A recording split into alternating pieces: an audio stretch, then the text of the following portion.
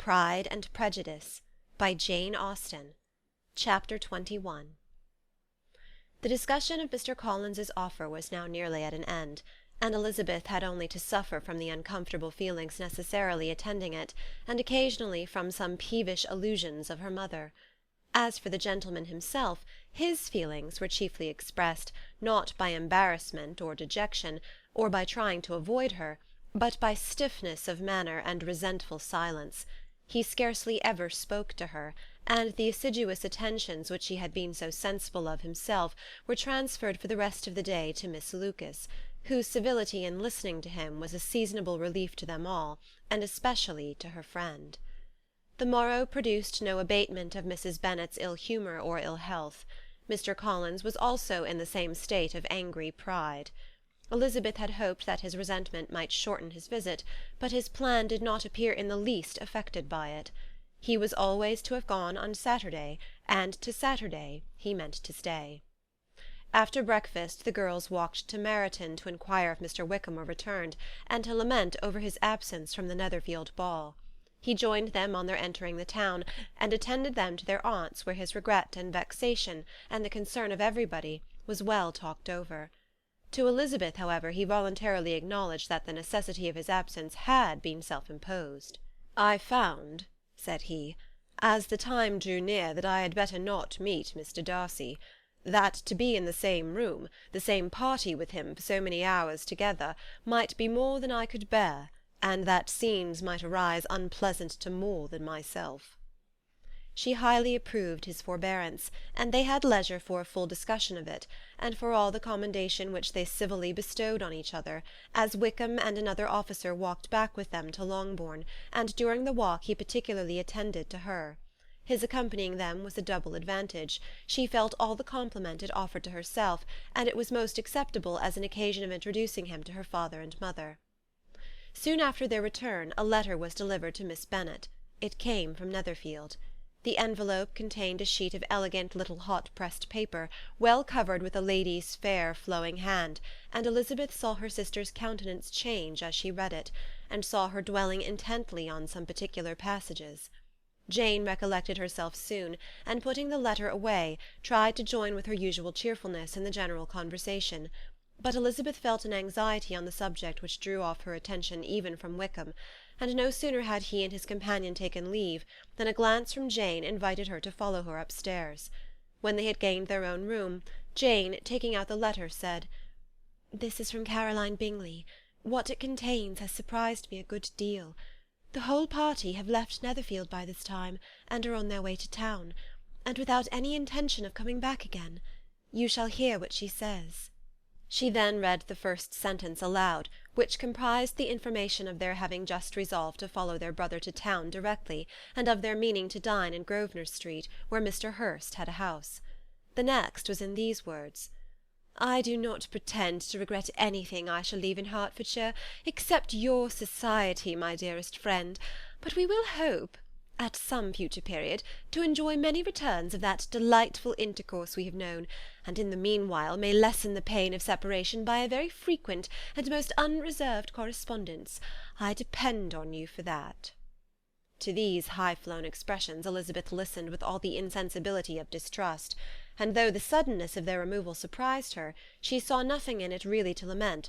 It was not to be supposed that their absence from Netherfield would prevent Mr. Bingley's being there, and as to the loss of their society, she was persuaded that Jane must cease to regard it in the enjoyment of his.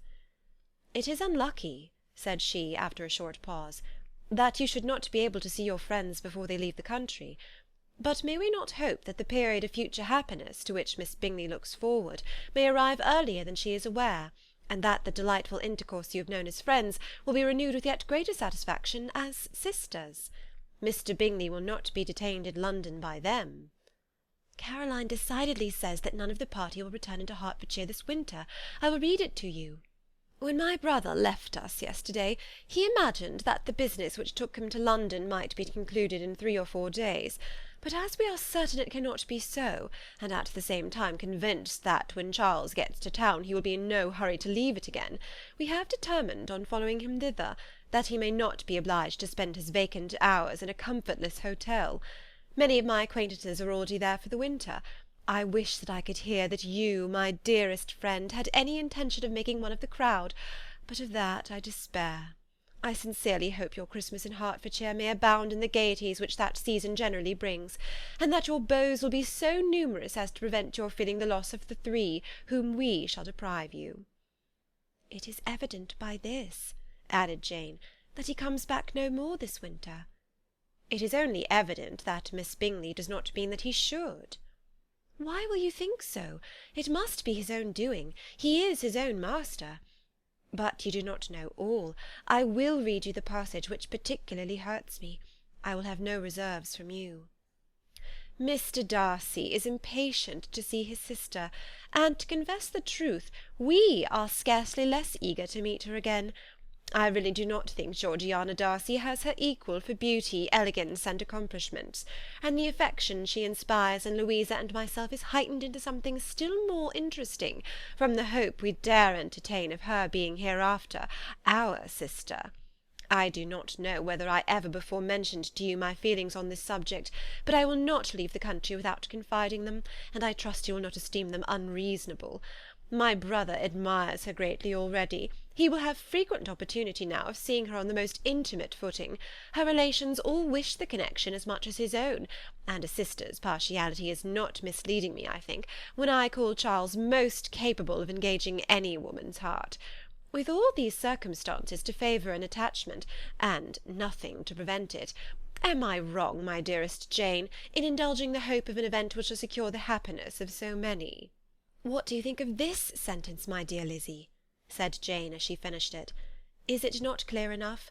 Does it not expressly declare that Caroline neither expects nor wishes me to be her sister, that she is perfectly convinced of her brother's indifference, and that if she suspects the nature of my feelings for him, she means most kindly to put me on my guard? Can there be any other opinion on the subject? Yes, there can, for mine is totally different.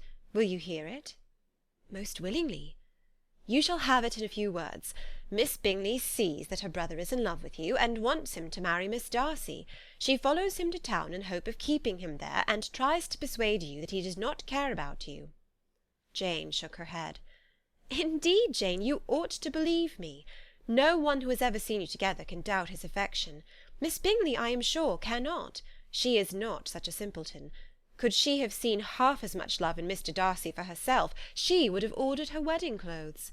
But the case is this, we are not rich enough or grand enough for them, and she is the more anxious to get Miss Darcy for her brother, from the notion that when there has been one intermarriage, she may have less trouble in achieving a second, in which there is certainly some ingenuity, and I dare say it would succeed, if Miss de Bourgh were out of the way. But, my dearest Jane, you cannot seriously imagine that because Miss Bingley tells you her brother greatly admires Miss Darcy, he is in the smallest degree less sensible of your merit than when he took leave of you on Tuesday, or that it will be in her power to persuade him that, instead of being in love with you, he is very much in love with a friend. If we thought alike of Miss Bingley, replied Jane, your representation of all this might make me quite easy, but I know the foundation is unjust. Caroline is incapable of wilfully deceiving any one, and all that I can hope in this case is that she is deceiving herself. That is right. You could not have started a more happy idea, since you will not take comfort in mine. Believe her to be deceived by all means. You have now done your duty by her, and must fret no longer. But, my dear sister, can I be happy, even supposing the best, in accepting a man whose sisters and friends are all wishing him to marry elsewhere? You must decide for yourself, said Elizabeth, and if, upon mature deliberation, you find that the misery of disobliging his 2 sisters is more than equivalent to the happiness of being his wife, I advise you by all means to refuse him. How can you talk so? Said Jane, faintly smiling. You must know that though I should be exceedingly grieved at their disapprobation, I could not hesitate. I did not think you would, and that being the case, I cannot consider your situation with much compassion. But if he returns no more this winter, my choice will never be required. 1,000 things may arise in 6 months.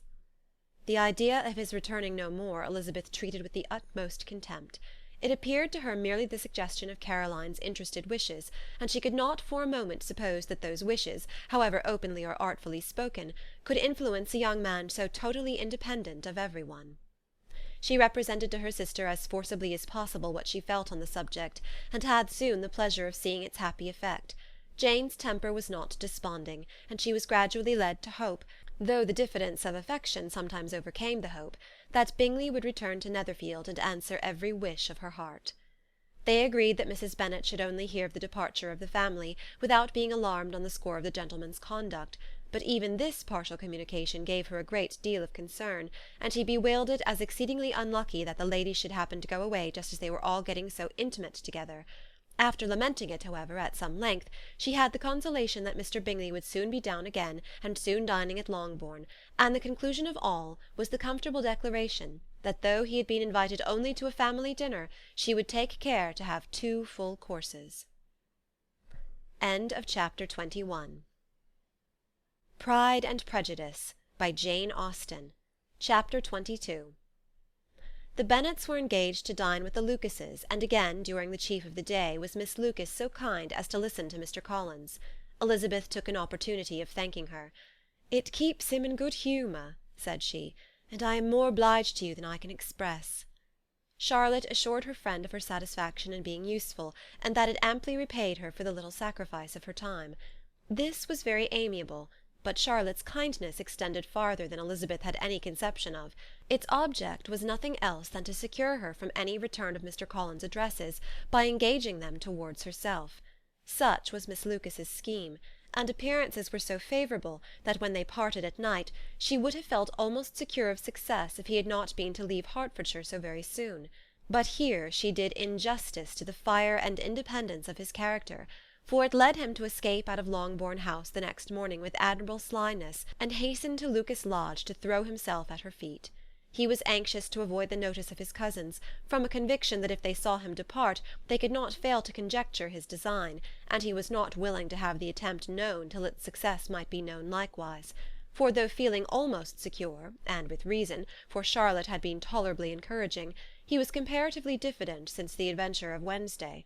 His reception, however, was of the most flattering kind. Miss Lucas perceived him from an upper window as he walked towards the house, and instantly set out to meet him accidentally in the lane. But little had she dared to hope that so much love and eloquence awaited her there. In as short a time as Mr. Collins's long speeches would allow, everything was settled between them to the satisfaction of both, and as they entered the house, he earnestly entreated her to name the day that was to make him the happiest of men. And though such a solicitation must be waived for the present, the lady felt no inclination to trifle with his happiness. The stupidity with which he was favoured by nature must guard his courtship from any charm that could make a woman wish for its continuance, and Miss Lucas, who accepted him solely from the pure and disinterested desire of an establishment, cared not how soon that establishment were gained. Sir William and Lady Lucas were speedily applied to for their consent, and it was bestowed with a most joyful alacrity. Mr. Collins's present circumstances made it a most eligible match for their daughter, to whom they could give little fortune, and his prospects of future wealth were exceedingly fair. Lady Lucas began directly to calculate, with more interest than the matter had ever excited before, how many years longer Mr. Bennet was likely to live, and Sir William gave it as his decided opinion that whenever Mr. Collins should be in possession of the Longbourn estate, it would be highly expedient that both he and his wife should make their appearance at St. James's. The whole family, in short, were properly overjoyed on the occasion. The younger girls formed hopes of "coming out" a year or 2 sooner than they might otherwise have done, and the boys were relieved from their apprehension of Charlotte's dying an old maid. Charlotte herself was tolerably composed. She had gained her point, and had time to consider of it. Her reflections were in general satisfactory. Mr. Collins, to be sure, was neither sensible nor agreeable. His society was irksome, and his attachment to her must be imaginary. But still he would be her husband. Without thinking highly either of men or matrimony, marriage had always been her object. It was the only provision for well-educated young women of small fortune, and, however uncertain of giving happiness, must be their pleasantest preservative from want. This preservative she had now obtained, and at the age of 27, without having ever been handsome, she felt all the good luck of it. The least agreeable circumstance in the business was the surprise it must occasion to Elizabeth Bennet, whose friendship she valued beyond that of any other person. Elizabeth would wonder, and probably would blame her, and though her resolution was not to be shaken, her feelings must be hurt by such a disapprobation. She resolved to give her the information herself, and therefore charged Mr. Collins, when he returned to Longbourn to dinner, to drop no hint of what had passed before any of the family. A promise of secrecy was of course very dutifully given, but it could not be kept without difficulty, for the curiosity excited by his long absence burst forth in such very direct questions on his return as required some ingenuity to evade, and he was at the same time exercising great self-denial, for he was longing to publish his prosperous love. As he was to begin his journey too early on the morrow to see any of the family, the ceremony of leave-taking was performed when the ladies moved for the night, and Mrs. Bennet, with great politeness and cordiality, said how happy they should be to see him at Longbourn again, whenever his engagements might allow him to visit them. "My dear madam," he replied, "this invitation is particularly gratifying, because it is what I have been hoping to receive, and you may be very certain that I shall avail myself of it as soon as possible." They were all astonished, and Mr. Bennet, who could by no means wish for so speedy a return, immediately said, "But is there not danger of Lady Catherine's disapprobation here, my good sir? You had better neglect your relations than run the risk of offending your patroness." "My dear sir," replied Mr. Collins, "I am particularly obliged to you for this friendly caution, and you may depend upon my not taking so material a step without her ladyship's concurrence." "You cannot be too much upon your guard. Risk anything rather than her displeasure, and if you find it likely to be raised by your coming to us again, which I should think exceedingly probable, stay quietly at home, and be satisfied that we shall take no offence." "Believe me, my dear sir, my gratitude is warmly excited by such affectionate attention, and depend upon it, you will speedily receive from me a letter of thanks for this, and for every other mark of your regard during my stay in Hertfordshire. As for my fair cousins, though my absence may not be long enough to render it necessary, I shall now take the liberty of wishing them health and happiness, not excepting my cousin Elizabeth." With proper civilities the ladies then withdrew, all of them equally surprised that he meditated a quick return. Mrs. Bennet wished to understand by it that he thought of paying his addresses to one of her younger girls, and Mary might have been prevailed on to accept him. She rated his abilities much higher than any of the others. There was a solidity in his reflections which often struck her, and though by no means as clever as herself, she thought that if encouraged to read and improve himself by such an example as hers, he might become a very agreeable companion. But on the following morning every hope of this kind was done away. Miss Lucas called soon after breakfast, and in a private conference with Elizabeth related the event of the day before. The possibility of Mr. Collins fancying himself in love with her friend had once occurred to Elizabeth within the last day or two, but that Charlotte could encourage him seemed almost as far from possibility as she could encourage him herself, and her astonishment was consequently so great as to overcome at the first the bounds of decorum, and she could not help crying out, "Engaged to Mr. Collins! My dear Charlotte! Impossible!" The steady countenance which Miss Lucas had commanded in telling her story gave way to a momentary confusion here on receiving so direct a reproach, though as it was no more than she expected, she soon regained her composure, and calmly replied, "Why should you be surprised, my dear Eliza? Do you think it incredible that Mr. Collins should be able to procure any woman's good opinion, because he was not so happy as to succeed with you?" But Elizabeth had now recollected herself, and making a strong effort for it, was able to assure with tolerable firmness that the prospect of their relationship was highly grateful to her, and that she wished her all imaginable happiness. "I see what you were feeling," replied Charlotte. "You must be surprised, very much surprised, so lately as Mr. Collins was wishing to marry you. But when you have had time to think it over, I hope you'll be satisfied with what I have done. I am not romantic, you know. I never was. I ask only a comfortable home, and considering Mr. Collins' character, connection, and situation in life, I am convinced that my chance of happiness with him is as fair as most people can boast on entering the marriage state." Elizabeth quietly answered, "Undoubtedly," and after an awkward pause they returned to the rest of the family. Charlotte did not stay much longer, and Elizabeth was then left to reflect on what she had heard. It was a long time before she became at all reconciled to the idea of so unsuitable a match. The strangeness of Mr. Collins making 2 offers of marriage within 3 days was nothing in comparison of his being now accepted. She had always felt that Charlotte's opinion of matrimony was not exactly like her own, but she had not supposed it to be possible that, when called into action, she would have sacrificed every better feeling to worldly advantage. Charlotte, the wife of Mr. Collins, was a most humiliating picture. and to the pang of a friend disgracing herself and sunk in her esteem was added the distressing conviction that it was impossible for that friend to be tolerably happy in the lot she had chosen. Chapter 22. Pride and Prejudice by Jane Austen. Chapter 23.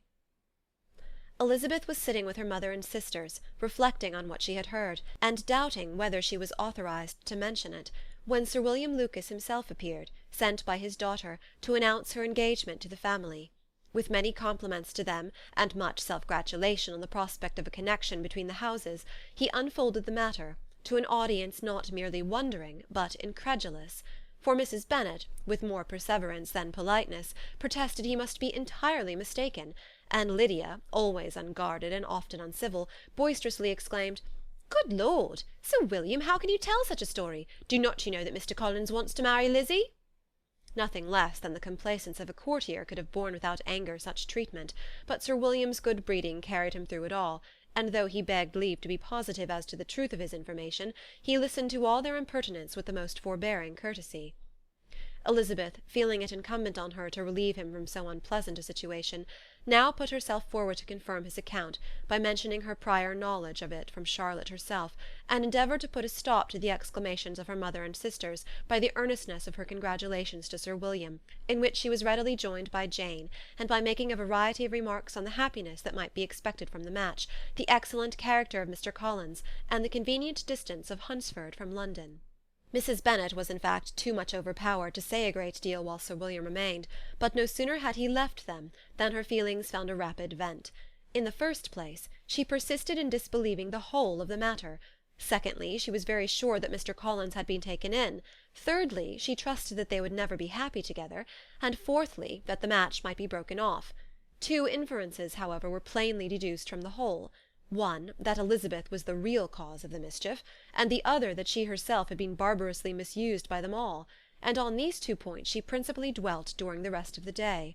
Nothing could console and nothing could appease her, nor did that day wear out her resentment. A week elapsed before she could see Elizabeth without scolding her, a month passed away before she could speak to Sir William or Lady Lucas without being rude, and many months were gone before she could at all forgive their daughter. Mr. Bennet's emotions were much more tranquil on the occasion, and such as he did experience he pronounced to be of a most agreeable sort, for it gratified him, he said, to discover that Charlotte Lucas, whom he had been used to think tolerably sensible, was as foolish as his wife, and more foolish than his daughter. Jane confessed herself a little surprised at the match, but she said less of her astonishment than of her earnest desire for their happiness, nor could Elizabeth persuade her to consider it as improbable. Kitty and Lydia were far from envying Miss Lucas, for Mr. Collins was only a clergyman, and it affected them in no other way than as a piece of news to spread at Meryton. Lady Lucas could not be insensible of triumph on being able to retort on Mrs. Bennet the comfort of having a daughter well married, and she called at Longbourn rather oftener than usual to say how happy she was, though Mrs. Bennet's sour looks and ill-natured remarks might have been enough to drive happiness away. Between Elizabeth and Charlotte there was restraint which kept them mutually silent on the subject, and Elizabeth felt persuaded that no real confidence could ever subsist between them again. Her disappointment in Charlotte made her turn with fonder regard to her sister, of whose rectitude and delicacy she was sure her opinion could never be shaken, and for whose happiness she grew daily more anxious, as Bingley had now been gone a week, and nothing more was heard of his return. Jane had sent Caroline an early answer to her letter, and was counting the days till she might reasonably hope to hear again. The promised letter of thanks from Mr. Collins arrived on Tuesday, addressed to their father, and written with all the solemnity of gratitude which a 12-month's abode in the family might have prompted. After discharging his conscience on that head, he proceeded to inform them, with many rapturous expressions, of his happiness in having obtained the affection of their amiable neighbour, Miss Lucas, and then explained that it was merely with the view of enjoying her society that he had been so ready to close with their kind wish of seeing him again at Longbourn, whither he hoped to be able to return on Monday fortnight. For Lady Catherine, he added, so heartily approved his marriage, that she wished it to take place as soon as possible, which he trusted would be an unanswerable argument with his amiable Charlotte to name an early day for making him the happiest of men. Mr. Collins' return into Hertfordshire was no longer a matter of pleasure to Mrs. Bennet. On the contrary, she was as much disposed to complain of it as her husband. It was very strange that he should come to Longbourn instead of to Lucas Lodge, It was also very inconvenient, and exceedingly troublesome. She hated having visitors in the house while her health was so indifferent, and lovers were of all people the most disagreeable. Such were the gentle murmurs of Mrs. Bennet, and they gave way only to the greater distress of Mr. Bingley's continued absence. Neither Jane nor Elizabeth were comfortable on this subject. Day after day passed away without bringing any other tidings of him than the report which shortly prevailed in Meryton of his coming no more to Netherfield the whole winter, a report which highly incensed Mrs. Bennet, and which she never failed to contradict as a most scandalous falsehood. Even Elizabeth began to fear, not that Bingley was indifferent, but that his sisters would be successful in keeping him away. Unwilling as she was to admit an idea so destructive of Jane's happiness, and so dishonourable to the stability of her lover, she could not prevent its frequently occurring. The united efforts of his two unfeeling sisters, and of his overpowering friend, assisted by the attractions of Miss Darcy and the amusements of London, might be too much, she feared, for the strength of his attachment. As for Jane, her anxiety under this suspense was of course more painful than Elizabeth's, but whatever she felt she was desirous of concealing, and between Elizabeth and herself, therefore, the subject was never alluded to. But as no such delicacy restrained her mother, an hour seldom passed in which she did not talk of Bingley, express her impatience for his arrival, or even require Jane to confess that if he did not come back she would think herself very ill-used. It needed all Jane's steady mildness to bear these attacks with tolerable tranquillity. Mr. Collins returned most punctually on Monday fortnight, but his reception at Longbourn was not quite so gracious as it had been on his first introduction.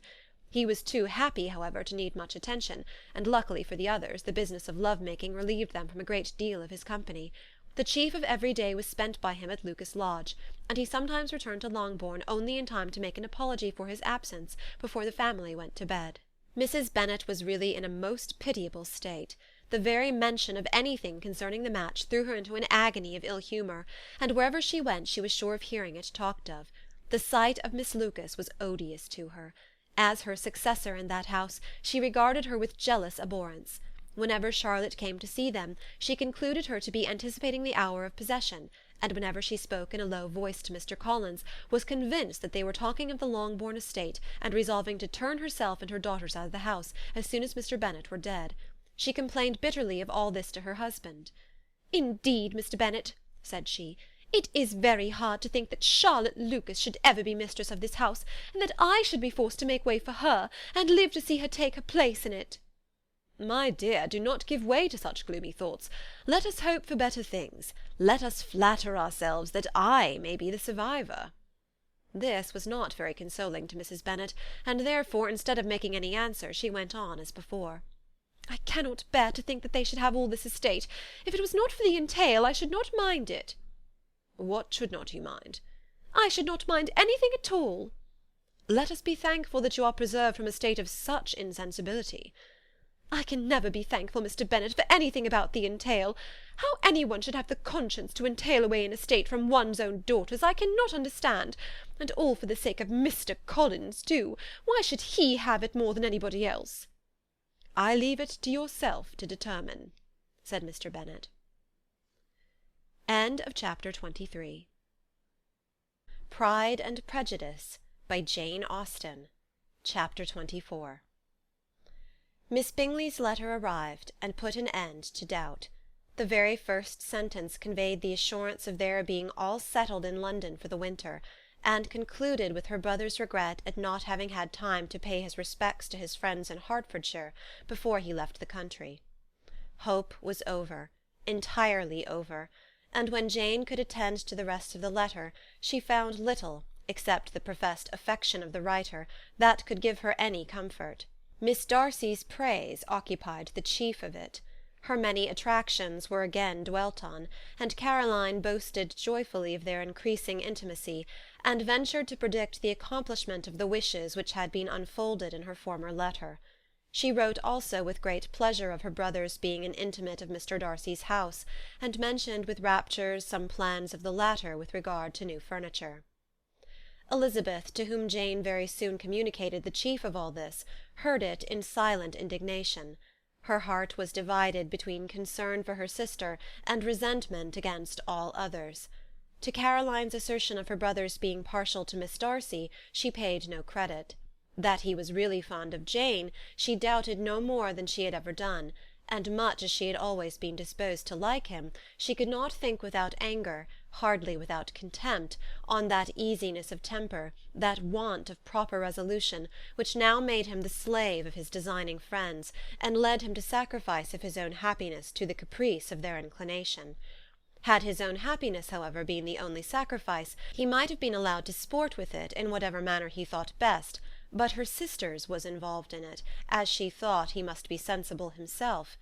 It was a subject, in short, on which reflection would be long indulged, and must be unavailing.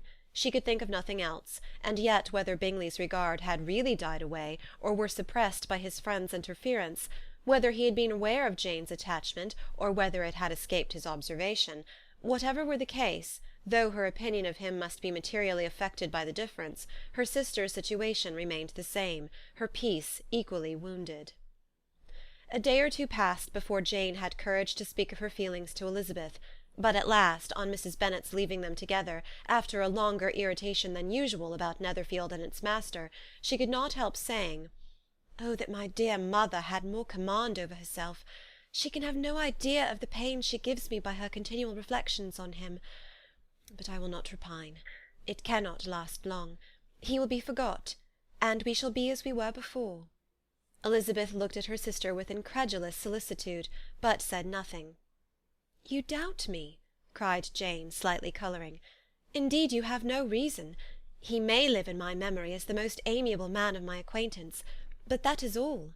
I have nothing either to hope or fear, and nothing to reproach him with. Thank God, I have not that pain. A little time, therefore, I shall certainly try to get the better."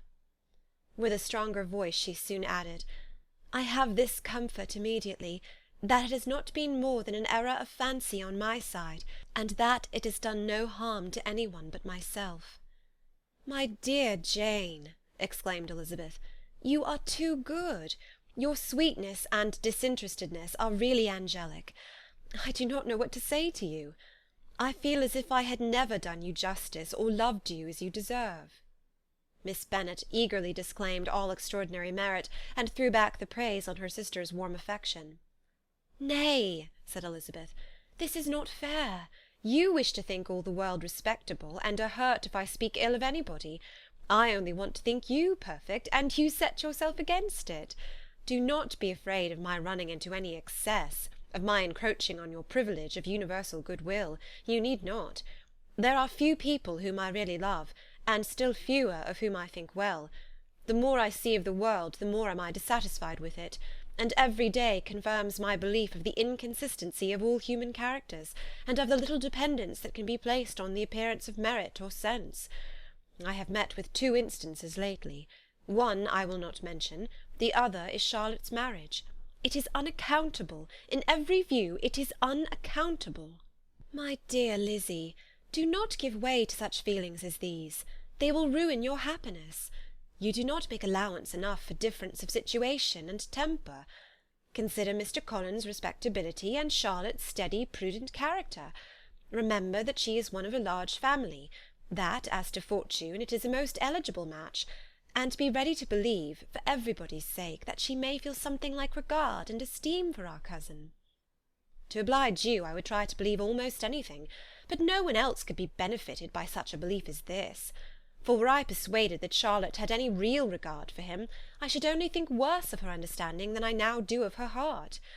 My dear Jane, Mr. Collins is a conceited, pompous, narrow-minded, silly man. You know he is, as well as I do.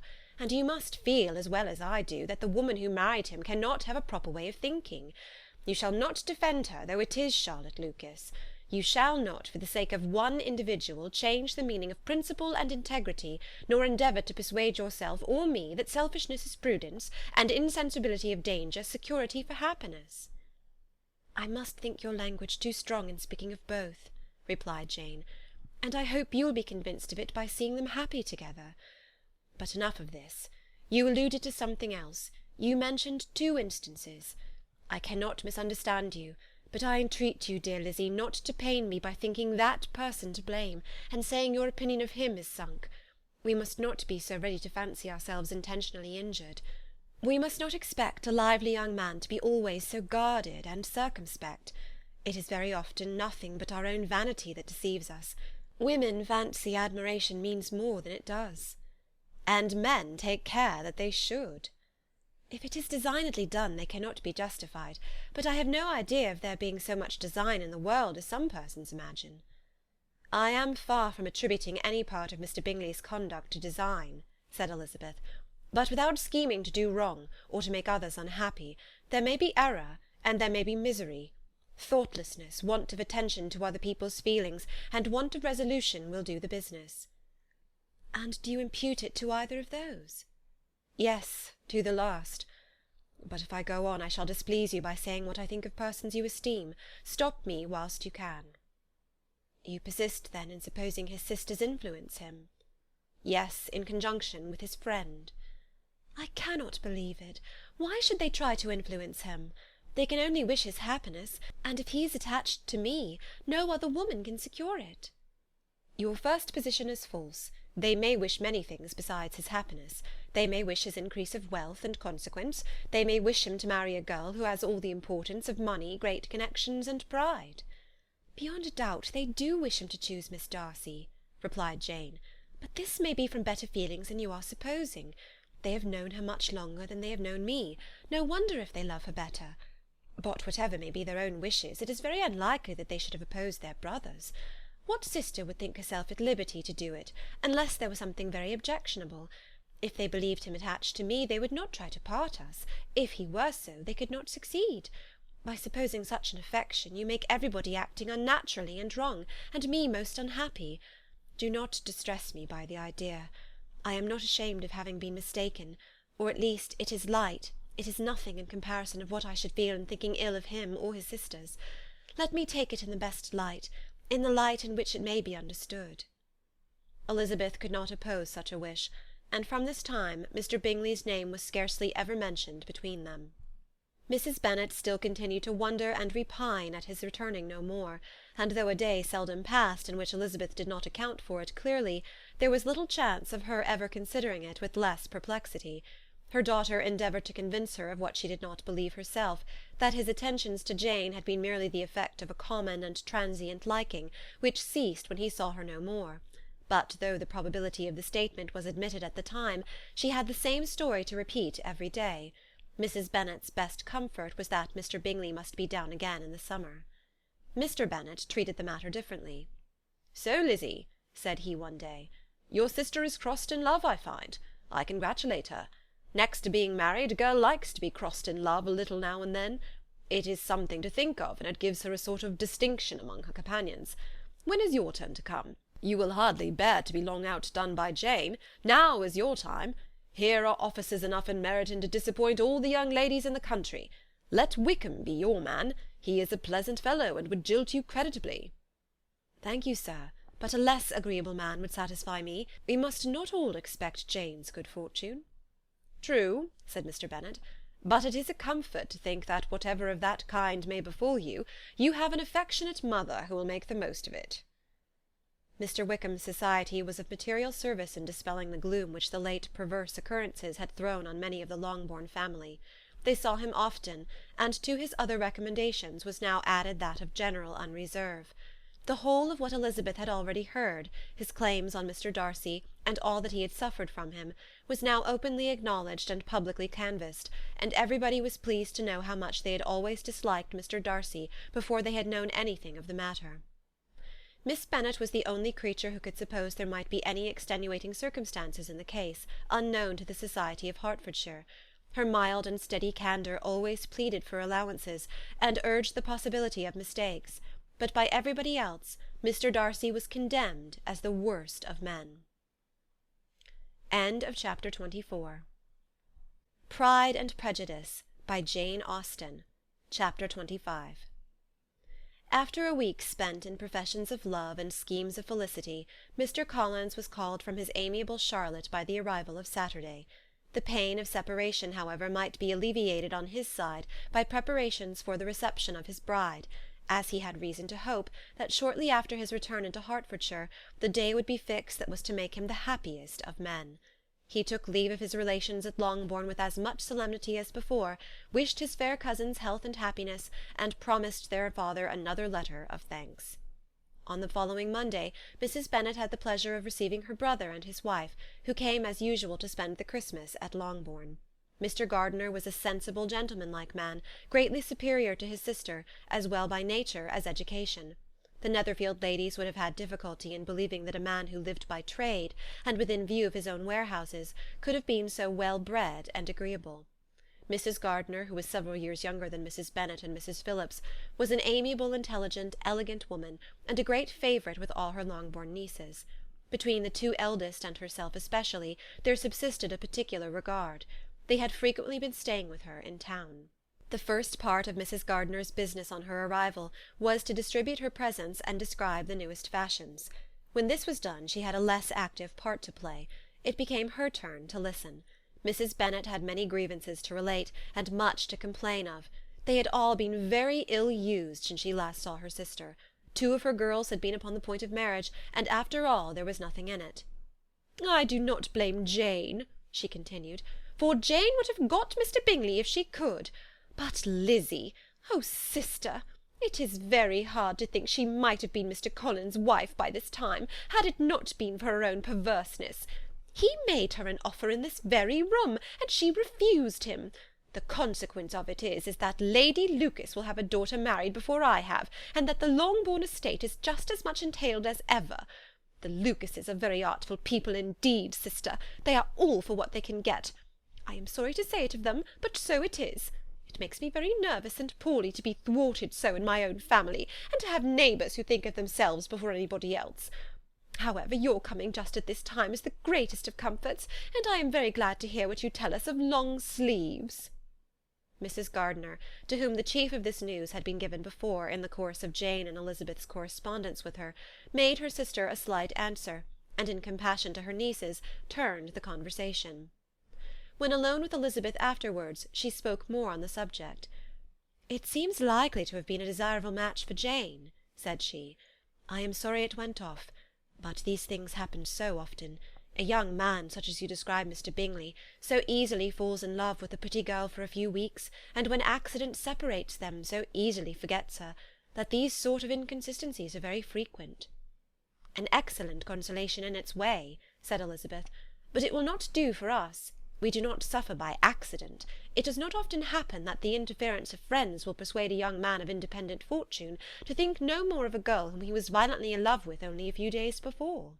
"But that expression of violently in love is so hackneyed, so doubtful, so indefinite, that it gives me very little idea. It is as often applied to feelings which arise from a half-hour's acquaintance as to a real strong attachment. Pray, how violent was Mr. Bingley's love?" "I never saw a more promising inclination. He was growing quite inattentive to other people, and wholly engrossed by her. Every time they met it was more decided and remarkable. At his own ball he offended 2 or 3 young ladies by not asking them to dance, and I spoke to him twice myself without receiving an answer. Could there be finer symptoms? Is not general incivility the very essence of love?" "Oh, yes, of that kind of love which I suppose him to have felt. Poor Jane! I am sorry for her, because with her disposition she may not get over it immediately. It had better have happened to you, Lizzie. You would have laughed yourself out of it sooner. But do you think she would be prevailed upon to go back with us? Change of scene might be of service, and perhaps a little relief from home may be as useful as anything." Elizabeth was exceedingly pleased with this proposal, and felt persuaded of her sister's ready acquiescence. "I hope," added Mrs. Gardiner, "that no consideration with regard to this young man will influence her. We live in so different a part of town, all our connections are so different, and as you well know, we go out so little, that it is very improbable that they should meet at all, unless he really comes to see her." "And that is quite impossible, for he is now in the custody of his friend, and Mr. Darcy would no more suffer him to call on Jane in such a part of London. My dear aunt, how could you think of it? Mr. Darcy may perhaps have heard of such a place as Gracechurch Street, but he would hardly think a month's ablution enough to cleanse him from its impurities, were he once to enter it, and depend upon it, Mr. Bingley never stirs without him." "So much the better. I hope they will not meet at all. But does not Jane correspond with his sister? She will not be able to help calling. She will drop the acquaintance entirely. But in spite of the certainty in which Elizabeth affected to place this point, as well as the still more interesting one of Bingley's being withheld from seeing Jane, she felt a solicitude on the subject which convinced her, on examination, that she did not consider it entirely hopeless. It was possible, and sometimes she thought it probable, that his affection might be reanimated, and the influence of his friends successfully combated by the more natural influence of Jane's attractions. Miss Bennet accepted her aunt's invitation with pleasure, and the Bingleys were no otherwise in her thoughts at the same time than as she hoped by Caroline's not living in the same house with her brother she might occasionally spend a morning with her, without any danger of seeing him. The Gardiners stayed a week at Longbourn, and what with the Phillipses, the Lucases, and the officers, there was not a day without its engagement. Mrs. Bennet had so carefully provided for the entertainment of her brother and sister that they did not once sit down to a family dinner. When the engagement was for home, some of the officers always made part of it, of which officers Mr. Wickham was sure to be one, and on these occasions Mrs. Gardiner, rendered suspicious by Elizabeth's warm commendation, narrowly observed them both. Without supposing them, from what she saw, to be very seriously in love, their preference of each other was plain enough to make her a little uneasy, and she resolved to speak to Elizabeth on the subject before she left Hertfordshire, and represent to her the imprudence of encouraging such an attachment. To Mrs. Gardiner, Wickham had one means of affording pleasure, unconnected with his general powers. About 10 or a dozen years ago, before her marriage, she had spent a considerable time in that very part of Derbyshire to which he belonged.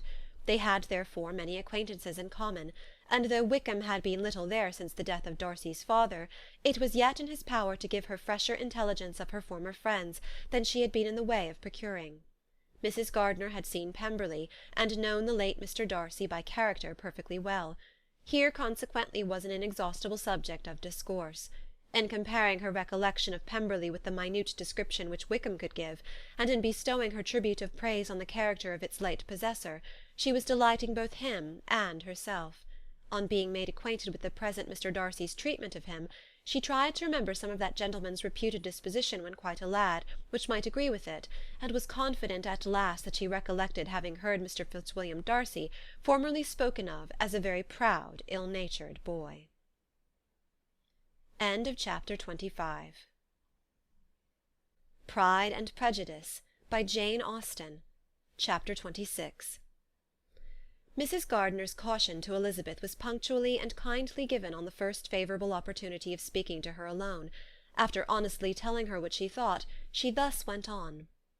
"You are too sensible a girl, Lizzie, to fall in love merely because you are warned against it, and therefore I am not afraid of speaking openly.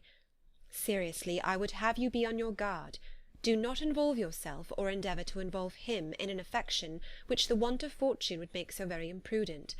I have nothing to say against him. He is a most interesting young man, and if he had the fortune he ought to have, I should think you could not do better. But as it is, you must not let your fancy run away with you. You have sense, and we all expect you to use it. Your father would depend on your resolution and good conduct, I am sure.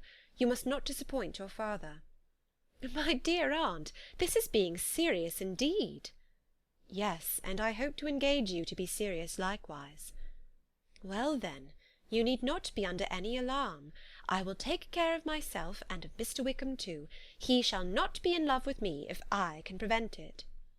"Elizabeth, you are not serious now." "I beg your pardon, I will try again. At present I am not in love with Mr. Wickham. No, I certainly am not. But he is, beyond all comparison, the most agreeable man I ever saw. And if he becomes really attached to me, I believe it will be better that he should not. I see the imprudence of it. Oh, that abominable Mr. Darcy! My father's opinion of me does me the greatest honour, and I should be miserable to forfeit it. My father, however, is partial to Mr. Wickham. In short, my dear aunt, I should be very sorry to be the means of making any of you unhappy.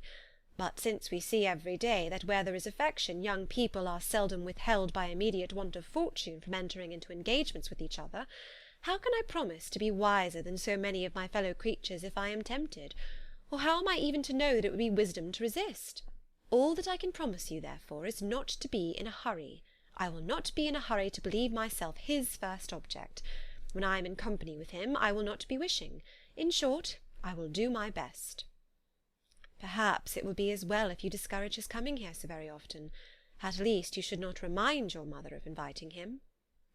"As I did the other day," said Elizabeth with a conscious smile. "Very true, it will be wise in me to refrain from that. But do not imagine that he is always here so often. It is on your account that he has been so frequently invited this week. You know my mother's ideas as to the necessity of constant company for her friends. But really, and upon my honour, I will try to do what I think to be the wisest. And now I hope you are satisfied." Her aunt assured her that she was, and Elizabeth having thanked her for the kindness of her hints, they parted, a wonderful instance of advice being given on such a point, without being resented. Mr. Collins returned into Hertfordshire soon after it had been quitted by the Gardiners and Jane, but as he took up his abode with the Lucases, his arrival was no great inconvenience to Mrs. Bennet. His marriage was now fast approaching, and she was at length so far resigned as to think it inevitable, and even repeatedly to say, in an ill-natured tone, that she "wished they might be happy." Thursday was to be the wedding day, and on Wednesday Miss Lucas paid her farewell visit, and when she rose to take leave, Elizabeth, ashamed of her mother's ungracious and reluctant good wishes, sincerely affected herself, accompanied her out of the room. As they went downstairs together, Charlotte said, "I shall depend on hearing from you very often, Eliza." "That you certainly shall." "And I have another favour to ask you. Will you come and see me?" "We shall often meet, I hope, in Hertfordshire." "I am not likely to leave Kent for some time. Promise me, therefore, to come to Hunsford." Elizabeth could not refuse, though she foresaw little pleasure in the visit. "My father and Maria are coming to me in March," added Charlotte, "and I hope you will consent to be of the party. Indeed, Eliza, you will be as welcome as either of them." The wedding took place. The bride and bridegroom set off for Kent from the church door, and everybody had as much to say or to hear on the subject as usual. Elizabeth soon heard from her friend, and their correspondence was as regular and frequent as it had ever been. That it should be equally unreserved was impossible. Elizabeth could never address her without feeling that all the comfort of intimacy was over, and though determined not to slacken as a correspondent, it was for the sake of what had been, rather than what was. Charlotte's first letters were received with a good deal of eagerness. There could not but be curiosity to know how she would speak of her new home, how she would like Lady Catherine, and how happy she would dare pronounce herself to be, though, when the letters were read, Elizabeth felt that Charlotte expressed herself on every point exactly as she might have foreseen.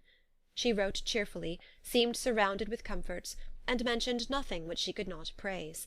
The house, furniture, and neighbourhood, and roads were all to her taste, and Lady Catherine's behaviour was most friendly and obliging. It was Mr. Collins's picture of Hunsford and Rosings rationally softened, and Elizabeth perceived that she must wait for her own visit there to know the rest. Jane had already written a few lines to her sister to announce their safe arrival in London, and when she wrote again, Elizabeth hoped it would be in her power to say something of the Bingleys.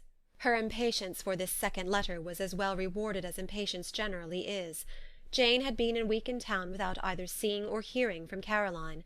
She accounted for it, however, by supposing that her last letter to her friend from Longbourn had by some accident been lost. "My aunt," she continued, "is going to-morrow into that part of the town, and I shall take the opportunity of calling in Grosvenor Street." She wrote again when the visit was paid, and she had seen Miss Bingley. "I did not think Caroline in spirits," were her words, "but she was very glad to see me, and reproached me for giving her no notice of my coming to London. I was right, therefore, my last letter had never reached her. I inquired after their brother, of course. He was well, but so much engaged with Mr. Darcy that they scarcely ever saw him. I found that Miss Darcy was expected to dinner. I wish I could see her. My visit was not long, as Caroline and Mrs. Hurst were going out. I dare say I shall see them soon here." Elizabeth shook her head over this letter. It convinced her that accident only could discover to Mr. Bingley her sister's being in town. 4 weeks passed away, and Jane saw nothing of him. She endeavoured to persuade herself that she did not regret it, but she could no longer be blind to Miss Bingley's inattention. After waiting at home every morning for a fortnight, and inventing every evening a fresh excuse for her, the visitor did at last appear, but the shortness of her stay, and yet more, the alteration of her manner, would allow Jane to deceive herself no longer. The letter which she wrote on this occasion to her sister will prove what she felt. My dearest Lizzie will, I am sure, be incapable of triumphing in her better judgment at my expense, when I confess myself to have been entirely deceived in Miss Bingley's regard for me. But, my dear sister, though the event has proved you right, do not think me obstinate if I still assert that, considering what her behaviour was, my confidence was as natural as your suspicion. I do not at all comprehend her reason for wishing to be intimate with me, but if the same circumstances were to happen again, I am sure I should be deceived again. Caroline did not return my visit till yesterday, and not a note, not a line, did I receive in the meantime. When she did come, it was very evident that she had no pleasure in it. She made a slight, formal apology for not calling before, said not a word of wishing to see me again, and was in every respect so altered a creature, that when she went away I was perfectly resolved to continue the acquaintance no longer. I pity, though I cannot help blaming her. She was very wrong in singling me out as she did. I can safely say that every advance to intimacy began on her side. But I pity her, because she must feel that she has been acting wrong, and because I am very sure that anxiety for her brother is the cause of it. I need not explain myself further, and though we know this anxiety to be quite needless, yet if she feels it, it will easily account for her behaviour to me, and so deservedly dear as he is to his sister, whatever anxiety she must feel in his behalf is natural and amiable. I cannot but wonder, however, at her having any such fears now, because if he had at all cared about me, we must have met long ago. He knows of my being in town, I am certain, from something she said herself, and yet it would seem, by her manner of talking, as if she wanted to persuade herself that he is really partial to Miss Darcy. I cannot understand it. If I were not afraid of judging harshly, I should be almost tempted to say that there is a strong appearance of duplicity in all this. But I will endeavour to banish every painful thought, and think only of what will make me happy, your affection, and the invariable kindness of my dear aunt and uncle. Let me hear from you very soon. Miss Bingley said something of his never returning to Netherfield again, of giving up the house, but not with any certainty. We had better not mention it. I am extremely glad that you have such pleasant accounts from our friends at Hunsford. Pray go to see them with Sir William and Maria. I am sure you'll be very comfortable there. Yours, etc. This letter gave Elizabeth some pain, but her spirits returned as she considered that Jane would be no longer duped by the sister at least. All expectation from the brother was now absolutely over. She would not even wish for a renewal of his attentions. His character sunk on every review of it, and as a punishment for him, as well as a possible advantage to Jane, she seriously hoped that he might really soon marry Mr. Darcy's sister, as, by Wickham's account, she would make him abundantly regret what he had thrown away. Mrs. Gardiner about this time reminded Elizabeth of her promise concerning that gentleman, and required information, and Elizabeth had such to send as might rather give contentment to her aunt than to herself. His apparent partiality had subsided, his attentions were over, he was the admirer of some one else. Elizabeth was watchful enough to see it all, but she could see it and write of it without material pain. Her heart had been but slightly touched, and her vanity was satisfied with believing that she would have been his only choice, had fortune permitted it. The sudden acquisition of £10,000 was the most remarkable charm of the young lady to whom he was now rendering himself agreeable, but Elizabeth, less clear-sighted perhaps in this case than in Charlotte's, did not quarrel with him for his wish of independence. Nothing, on the contrary, could be more natural, and while able to suppose that it cost him a few struggles to relinquish her, she was ready to allow it a wise and desirable measure for both, and could very sincerely wish him happy. All this was acknowledged to Mrs. Gardiner, and after relating the circumstances, she thus went on. I am now convinced, my dear aunt, that I have never been much in love, for had I really experienced that pure and elevating passion, I should at present detest his very name, and wish him all manner of evil. But my feelings are not only cordial towards him, they are even impartial towards Miss King. I cannot find out that I hate her at all, or that I am in the least unwilling to think her a very good sort of girl. There can be no love in all this. My watchfulness has been effectual, and though I certainly should be a more interesting object to all my acquaintances were I distractedly in love with him, I cannot say that I regret my comparative insignificance. Importance may sometimes be purchased too dearly. Kitty and Lydia take his defection much more to heart than I do. They are young in the ways of the world, and not yet open to the mortifying conviction that handsome young men must have something to live on as well as the plain. End of chapter 26. Pride and Prejudice by Jane Austen. Chapter 27. With no greater events than these in the Longbourn family, and otherwise diversified by little beyond the walks to Meryton, sometimes dirty and sometimes cold, did January and February pass away. March was to take Elizabeth to Hunsford. She had not at first thought very seriously of going thither, but Charlotte, she soon found, was depending on the plan, and she gradually learned to consider it herself with greater pleasure as well as greater certainty. Absence had increased her desire of seeing Charlotte again, and weakened her disgust of Mr. Collins. There was novelty in the scheme, and as, with such a mother and such uncompanionable sisters, home could not be faultless, a little change was not unwelcome for its own sake. The journey would moreover give her a peep at Jane, and in short, as the time drew near, she would have been very sorry for any delay.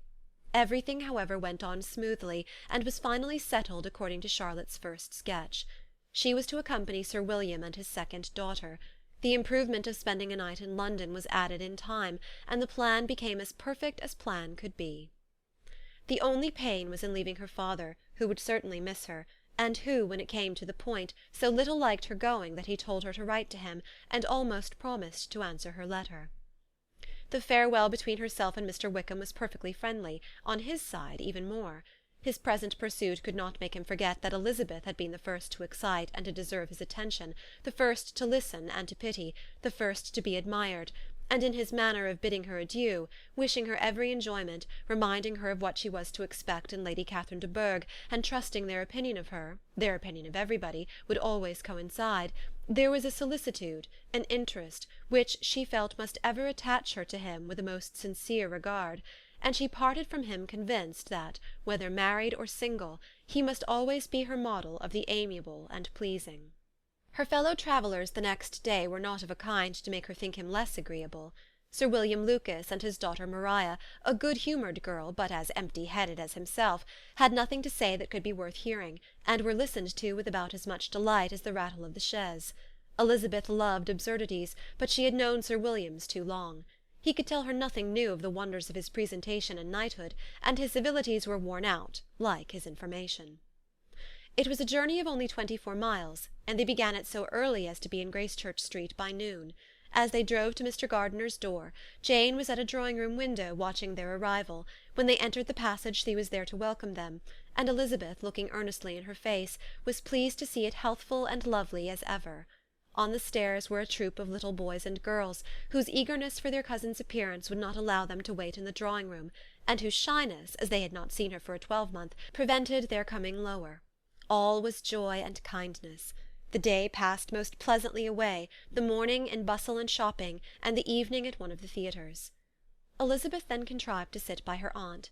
Their first object was her sister, and she was more grieved than astonished to hear, in reply to her minute inquiries, that though Jane always struggled to support her spirits, there were periods of dejection. It was reasonable, however, to hope that they would not continue long. Mrs. Gardiner gave her the particulars also of Miss Bingley's visit in Gracechurch Street, and repeated conversations occurring at different times between Jane and herself, which proved that the former had, from her heart, given up the acquaintance. Mrs. Gardiner then rallied her niece on Wickham's desertion, and complimented her on bearing it so well. "But, my dear Elizabeth," she added, "what sort of a girl is Miss King? I should be sorry to think our friend mercenary." "Pray, my dear aunt, what is the difference in matrimonial affairs between the mercenary and the prudent motive? Where does discretion end and avarice begin? Last Christmas you were afraid of his marrying me because it would be imprudent, and now, because he is trying to get a girl with only £10,000, you want to find out that he is mercenary. If you will only tell me what sort of girl Miss King is, I shall know what to think." "She is a very good sort of girl, I believe. I know no harm of her." "But he paid her not the smallest attention till her grandfather's death made her mistress of this fortune." "No, what should he? If it were not allowable for him to gain my affections because I had no money, what occasion should there be for him making love to a girl whom he did not care about, and who was equally poor?" "But there seems an indelicacy in directing his attentions towards her so soon after this event." "A man in distressed circumstances has not time for all those elegant decorums which other people may observe. If she does not object to it, why should we?" "Her not objecting does not justify him. It only shows her being deficient in something herself, sense or feeling." "Well," cried Elizabeth, "have it as you choose. He shall be mercenary, and she shall be foolish." "No, Lizzy, that is what I do not choose. I should be sorry, you know, to think ill of a young man who has lived so long in Derbyshire." "Oh, if that is all, I have a very poor opinion of young men who live in Derbyshire, and their intimate friends who live in Hertfordshire are not much better. I am sick of them all. Thank heaven I am going to-morrow, where I shall find a man who has not one agreeable quality, who has neither manner nor sense to recommend him. Stupid men are the only ones worth knowing, after all." "Take care, Lizzy, that speech savours strongly of disappointment." Before they were separated by the conclusion of the play, she had the unexpected happiness of an invitation to accompany her uncle and aunt in a tour of pleasure which they proposed taking in the summer.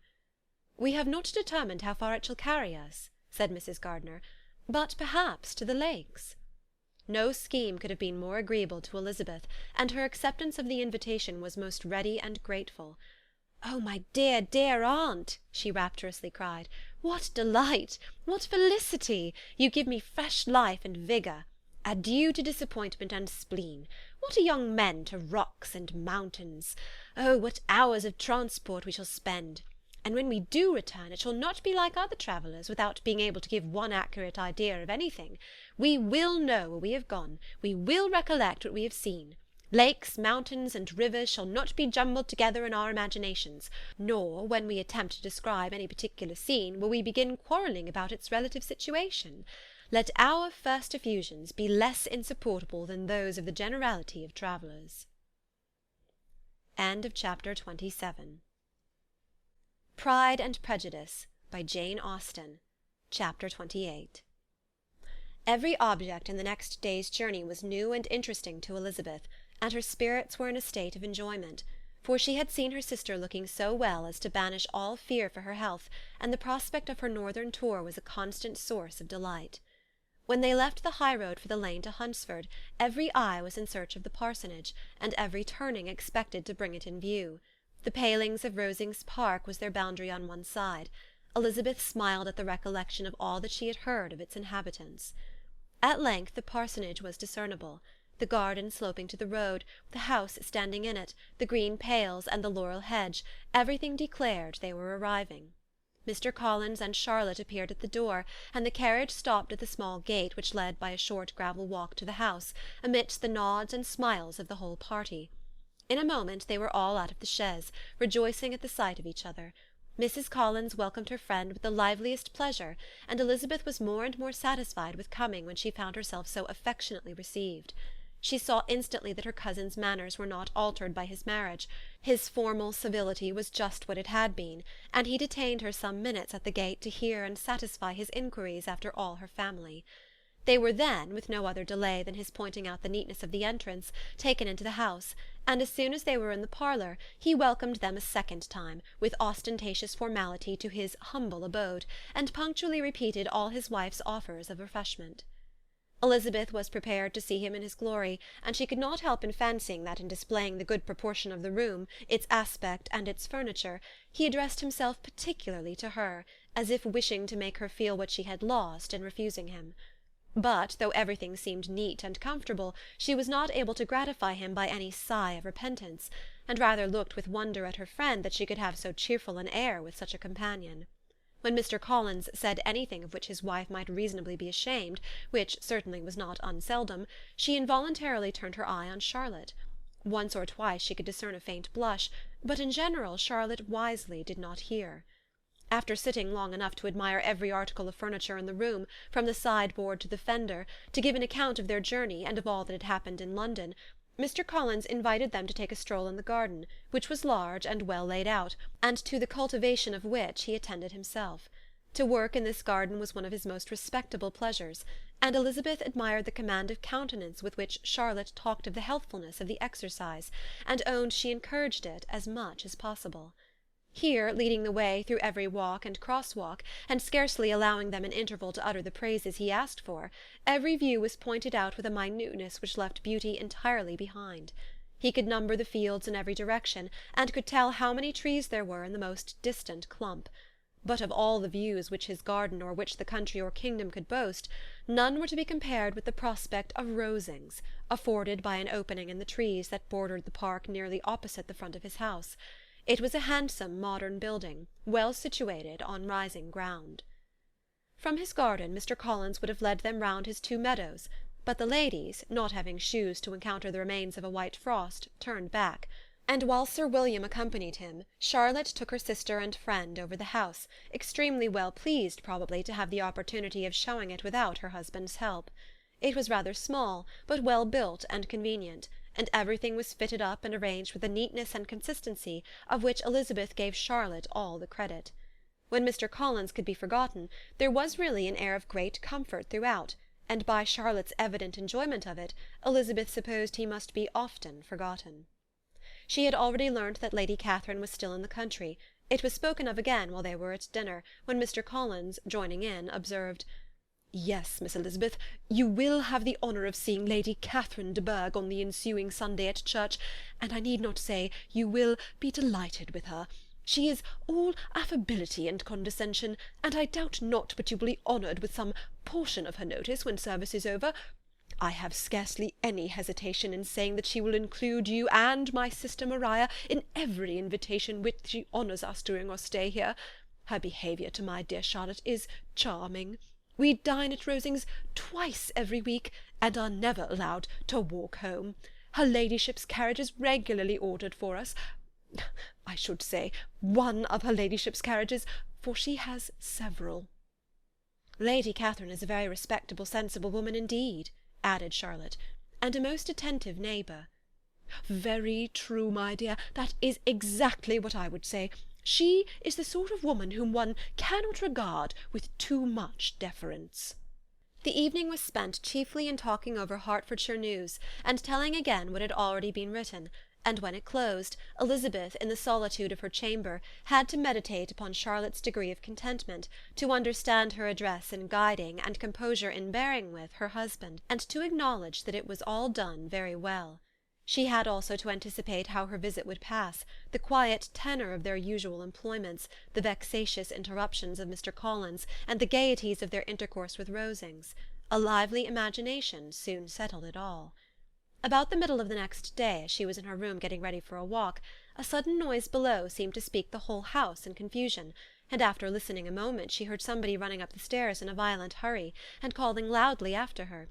She opened the door and met Maria in the landing-place, who, breathless with agitation, cried out, "Oh, my dear Eliza, pray make haste and come into the dining-room, for there is such a sight to be seen. I will not tell you what it is. Make haste and come down this moment."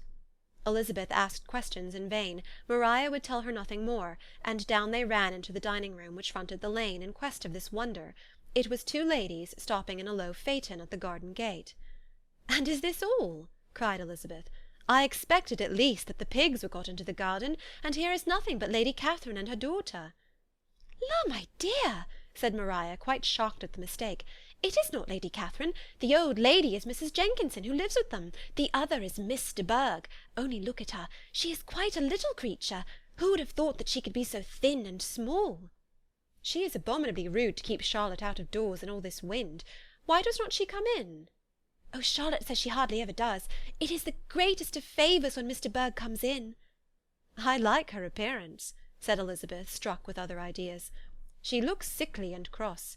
Yes, she will do for him very well. She will make him a very proper wife." Mr. Collins and Charlotte were both standing at the gate in conversation with the ladies, and Sir William, to Elizabeth's high diversion, was stationed in the doorway, in earnest contemplation of the greatness before him, and constantly bowing whenever Miss de Bourgh looked that way. At length there was nothing more to be said. The ladies drove on, and the others returned into the house. Mr. Collins no sooner saw the 2 girls than he began to congratulate them on their good fortune, which Charlotte explained by letting them know that the whole party was asked to dine at Rosings the next day. Chapter 28. Pride and Prejudice, by Jane Austen. Chapter 29. Mr. Collins's triumph, in consequence of this invitation, was complete. The power of displaying the grandeur of his patroness to his wondering visitors, and of letting them see her civility towards himself and his wife, was exactly what he had wished for, and that an opportunity of doing it should be given so soon was such an instance of Lady Catherine's condescension as he knew not how to admire enough. "I confess," said he, that I should not have been at all surprised by her ladyship's asking us on Sunday to drink tea and spend the evening at Rosings. I rather expected, from my knowledge of her affability, that it would happen. But who could have foreseen such an attention as this? Who could have imagined that we should receive an invitation to dine there? An invitation, moreover, including the whole party, so immediately after your arrival." "I am the less surprised at what has happened," replied Sir William, "from that knowledge of what the manners of the great really are, which my situation in life has allowed me to acquire. About the court such instances of elegant breeding are not uncommon." Scarcely anything was talked of the whole day or next morning but their visit to Rosings.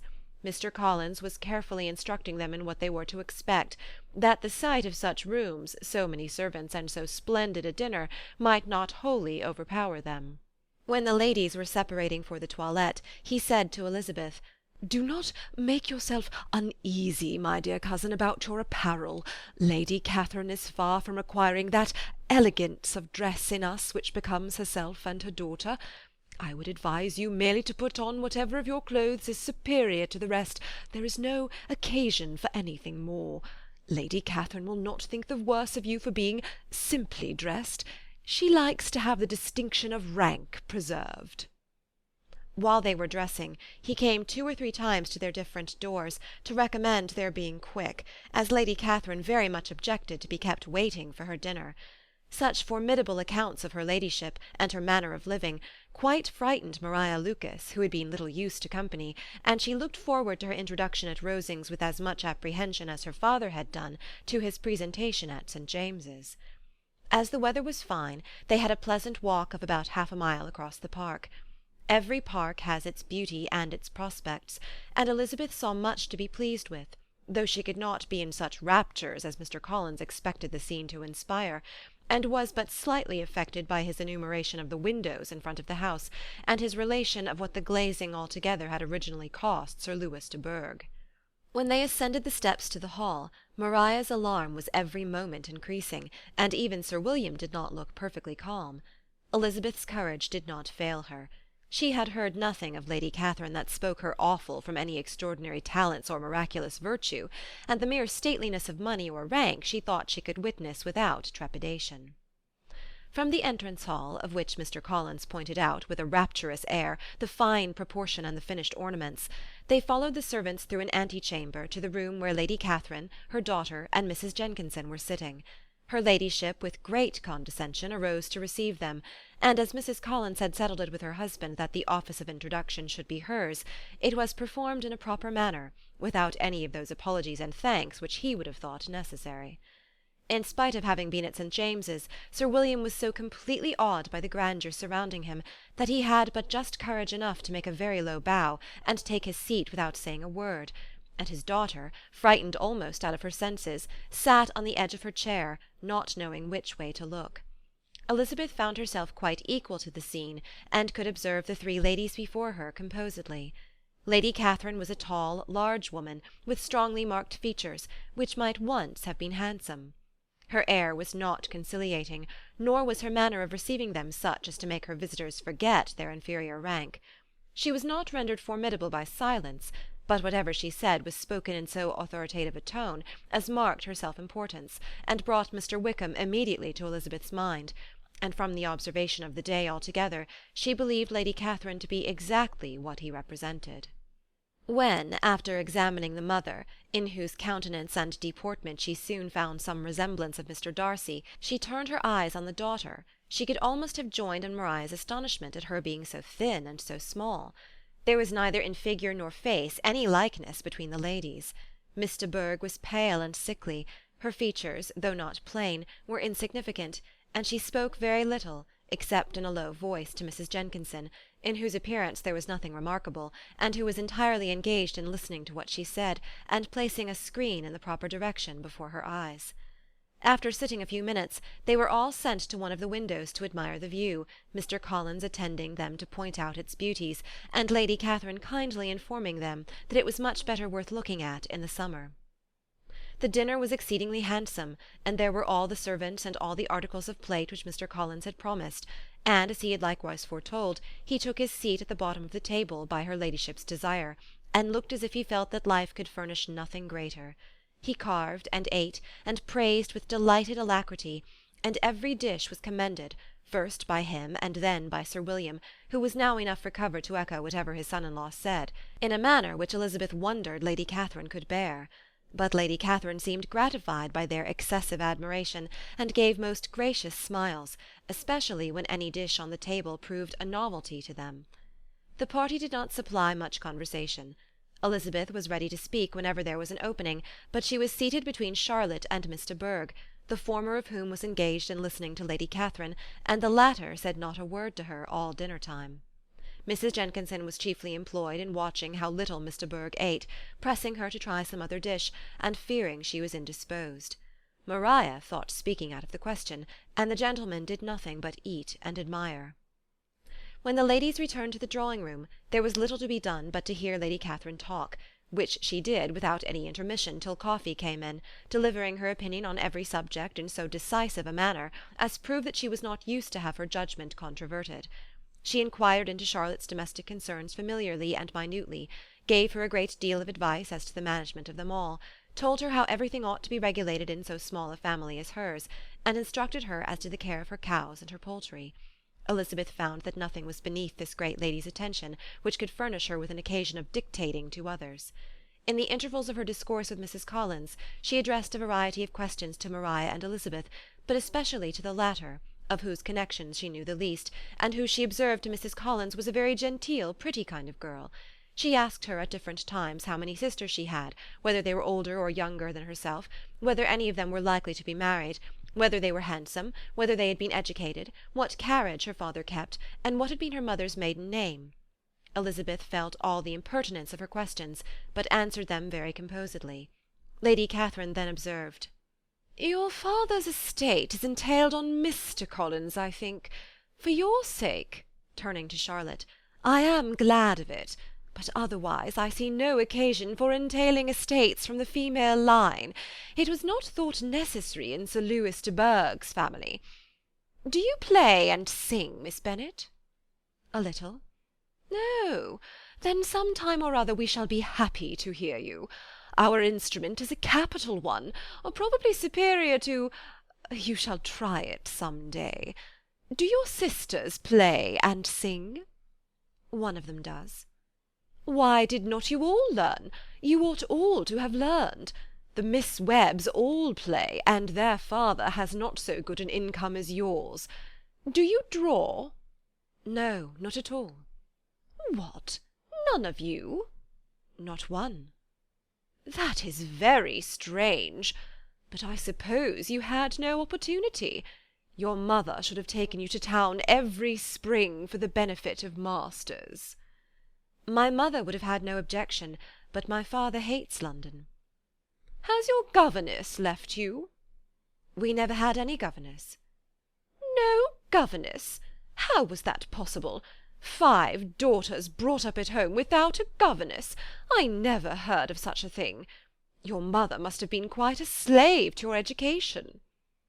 Elizabeth could hardly help smiling as she assured her that that had not been the case. "Then who taught you? Who attended to you? Without a governess you must have been neglected." "Compared with some families, I believe we were, but such of us as wished to learn never wanted the means. We were always encouraged to read, and had all the masters that were necessary. Those who chose to be idle certainly might." "Ay, no doubt, but that is what a governess will prevent, and if I had known your mother, I should have advised her most strenuously to engage one. I always say that nothing is to be done in education without steady and regular instruction, and nobody but a governess can give it. It is wonderful how many families I have been the means of supplying in that way. I am always glad to get a young person well placed out. 4 nieces of Mrs. Jenkinson are most delightfully situated through my means, and it was but the other day that I recommended another young person, who was merely accidentally mentioned to me, and the family are quite delighted with her. Mrs. Collins, did I tell you of Lady Metcalfe's calling yesterday to thank me? She finds Miss Pope a treasure. Lady Catherine, said she, you have given me a treasure. Are any of your younger sisters out, Miss Bennet? Yes, ma'am, all. All? What, all 5 out at once? Very odd. And you only the second. The younger ones out before the elder ones are married. Your younger sisters must be very young. Yes, my youngest is not 16. Perhaps she is full young to be much in company. But really, ma'am, I think it would be very hard upon younger sisters that they should not have their share of society and amusement, because the elder may not have the means or inclination to marry early. The last born has as good a right to the pleasures of youth as the first, and to be kept back on such a motive, I think it would not be very likely to promote sisterly affection or delicacy of mind. Upon my word, said her ladyship, you give your opinion very decidedly for so young a person. Pray, what is your age? With 3 younger sisters grown up, replied Elizabeth, smiling, your ladyship can hardly expect me to own it. Lady Catherine seemed quite astonished at not receiving a direct answer, and Elizabeth suspected herself to be the first creature who had ever dared to trifle with so much dignified impertinence. You cannot be more than 20, I am sure. Therefore you need not conceal your age. I am not 21. When the gentlemen had joined them, and tea was over, the card tables were placed. Lady Catherine, Sir William, and Mr. and Mrs. Collins sat down to quadrille, and as Mr. Berg chose to play at casino, the 2 girls had the honour of assisting Mrs. Jenkinson to make up her party. Their table was superlatively stupid. Scarcely a syllable was uttered that did not relate to the game, except when Mrs. Jenkinson expressed her fears of Mr. Berg's being too hot or too cold, or having too much or too little light. A great deal more passed at the other table. Lady Catherine was generally speaking, stating the mistakes of the 3 others, or relating some anecdote of herself. Mr. Collins was employed in agreeing to everything her ladyship said, thanking her for every fish he won, and apologizing if he thought he won too many. Sir William did not say much. He was storing his memory with anecdotes and noble names. When Lady Catherine and her daughter had played as long as they chose, the tables were broken up, the carriage was offered to Mrs. Collins, gratefully accepted and immediately ordered. The party then gathered round the fire to hear Lady Catherine determine what weather they were to have on the morrow.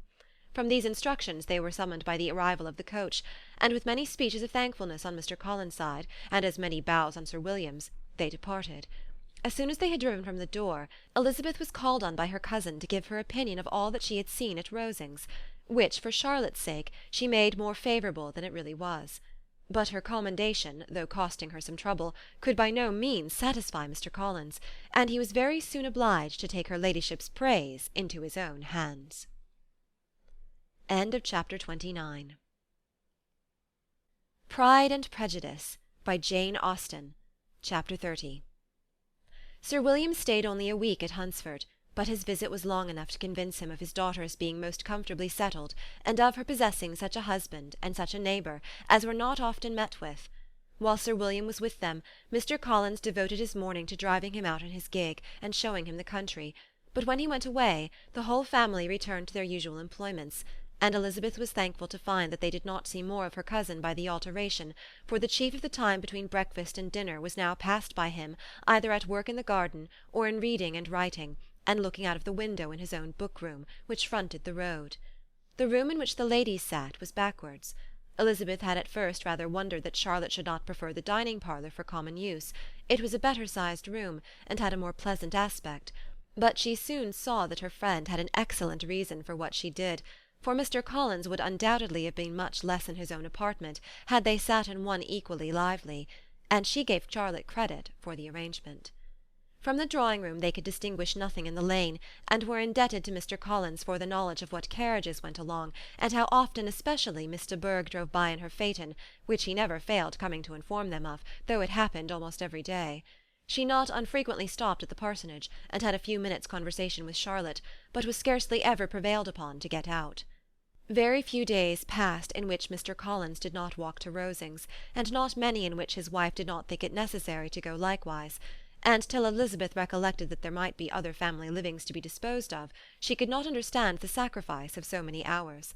Now and then they were honoured with a call from her ladyship, and nothing escaped her observation that was passing in the room during these visits. She examined into their employments, looked at their work, and advised them to do it differently, found fault with the arrangement of the furniture, or detected the housemaid in negligence, and if she accepted any refreshment, seemed to do it only for the sake of finding out that Mrs. Collins's joints of meat were too large for her family. Elizabeth soon perceived that though this great lady was not in commission of the peace of the county, she was a most active magistrate in her own parish, the minutest concerns of which were carried to her by Mr. Collins, and whenever any of the cottagers were disposed to be quarrelsome, discontented, or too poor, she sallied forth into the village to settle their differences, silence their complaints, and scold them into harmony and plenty. The entertainment of dining at Rosings was repeated about twice a week, and allowing for the loss of Sir William, and there being only one card-table in the evening, every such entertainment was the counterpart of the first. Their other engagements were few, as the style of living in the neighbourhood in general was beyond Mr. Collins's reach. This, however, was no evil to Elizabeth, and upon the whole she spent her time comfortably enough. There were half-hours of pleasant conversation with Charlotte, and the weather was so fine for the time of year that she had often great enjoyment out of doors. Her favourite walk, and where she frequently went while the others were calling on Lady Catherine, was along the open grove which edged that side of the park where there was a nice sheltered path, which no one seemed to value but herself, and where she felt beyond the reach of Lady Catherine's curiosity. In this quiet way the first fortnight of her visit soon passed away. Easter was approaching, and the week preceding it was to bring an addition to the family at Rosings, which in so small a circle must be important. Elizabeth had heard soon after her arrival that Mr. Darcy was expected there in the course of a few weeks, and though there were not many of her acquaintances whom she did not prefer, his coming would furnish one comparatively new to look at in their Rosings parties, and she might be amused in seeing how hopeless Miss Bingley's designs on him were by his behaviour to his cousin, for whom he was evidently destined by Lady Catherine, who talked of his coming with the greatest satisfaction, spoke of him in terms of the highest admiration, and seemed almost angry to find that he had already been frequently seen by Miss Lucas and herself. His arrival was soon known at the parsonage, for Mr. Collins was walking the whole morning within view of the lodges opening into Hunsford Lane, in order to have the earliest assurance of it, and after making his bow as the carriage turned into the park, hurried home with the great intelligence. On the following morning he hastened to Rosings to pay his respects. There were 2 nephews of Lady Catherine to require them, for Mr. Darcy had brought with him a Colonel Fitzwilliam, the younger son of his uncle, Lord Blank, and to the great surprise of all the party, when Mr. Collins returned, the gentlemen accompanied him.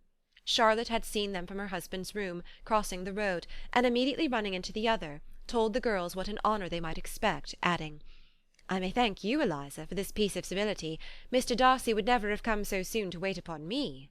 Elizabeth had scarcely time to disclaim all right to the compliment before their approach was announced by the door-bell, and shortly afterwards the 3 gentlemen entered the room. Colonel Fitzwilliam, who led the way, was about 30, not handsome, but in person and address most truly the gentleman.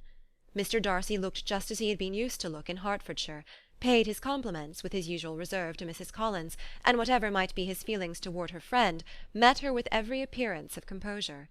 Elizabeth merely curtsied to him without saying a word. Colonel Fitzwilliam entered into conversation directly with the readiness and ease of a well-bred man, and talked very pleasantly, but his cousin, after having addressed a slight observation on the house and garden to Mrs. Collins, sat for some time without speaking to anybody. At length, however, his civility was so far awakened as to inquire of Elizabeth after the health of her family. She answered him in the usual way, and after a moment's pause added, "My eldest sister has been in town these 3 months.